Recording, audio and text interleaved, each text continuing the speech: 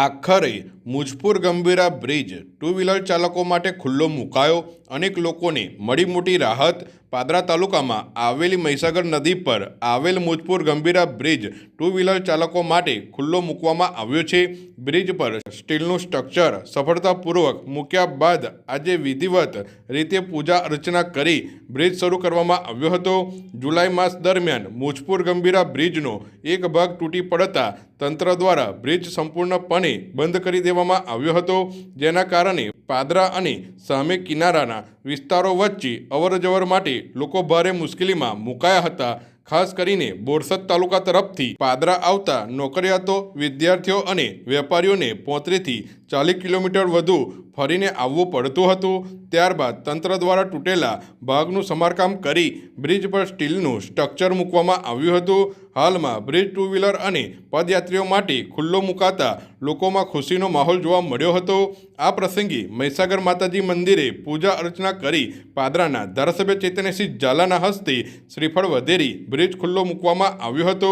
કાર્યક્રમમાં વડોદરા જિલ્લા ભાજપ પ્રમુખ બીજે બ્રહ્મભટ્ટ સહિત તાલુકા ભાજપના કાર્યકરો અને સ્થાનિક આગેવાનો ઉપસ્થિત રહ્યા હતા. મુજપુર ગંભીરાને જોડતો બ્રિજ જે ગત વર્ષના જુલાઈ માસમાં દુર્ઘટના થઈ હતી, ત્યાર પછી સદંતર અવરજવર બંધ હતી, અવરજવર કરી શકતા નહોતા, જેથી કરીને ગંભીરાથી આવતા અને પાદરાથી જતા રોજિંદા લોકો કે જે કામકાજ અર્થે, ખેતી અર્થે, માર્કેટ અર્થે કે ભણવા માટે અવરજવર કરતા હતા, તે લોકોને ઘણી બધી તકલીફ પડતી હતી.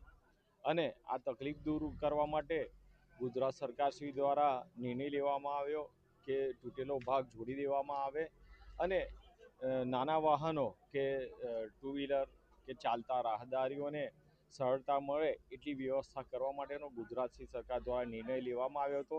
અને લોખંડનું એક સ્ટ્રક્ચર આ જોડાણ માટે મૂકવામાં આવ્યું હતું.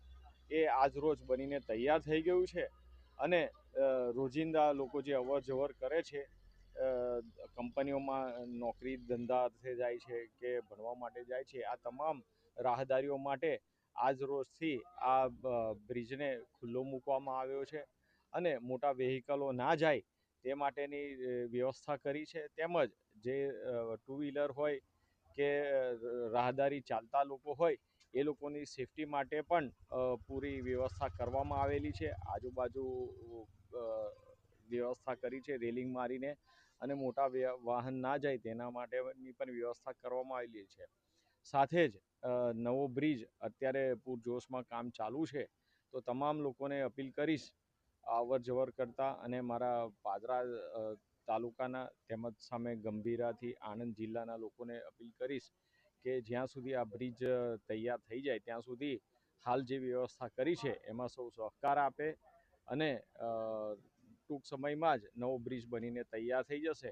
આજ રોજ આ લોખંડના સ્ટ્રક્ચરને જોડાણ કરી ટુ વ્હીલર અને ચાલતા લોકોને અવર જવર માટેની વ્યવસ્થા ખુલ્લી મૂકવામાં આવી છે.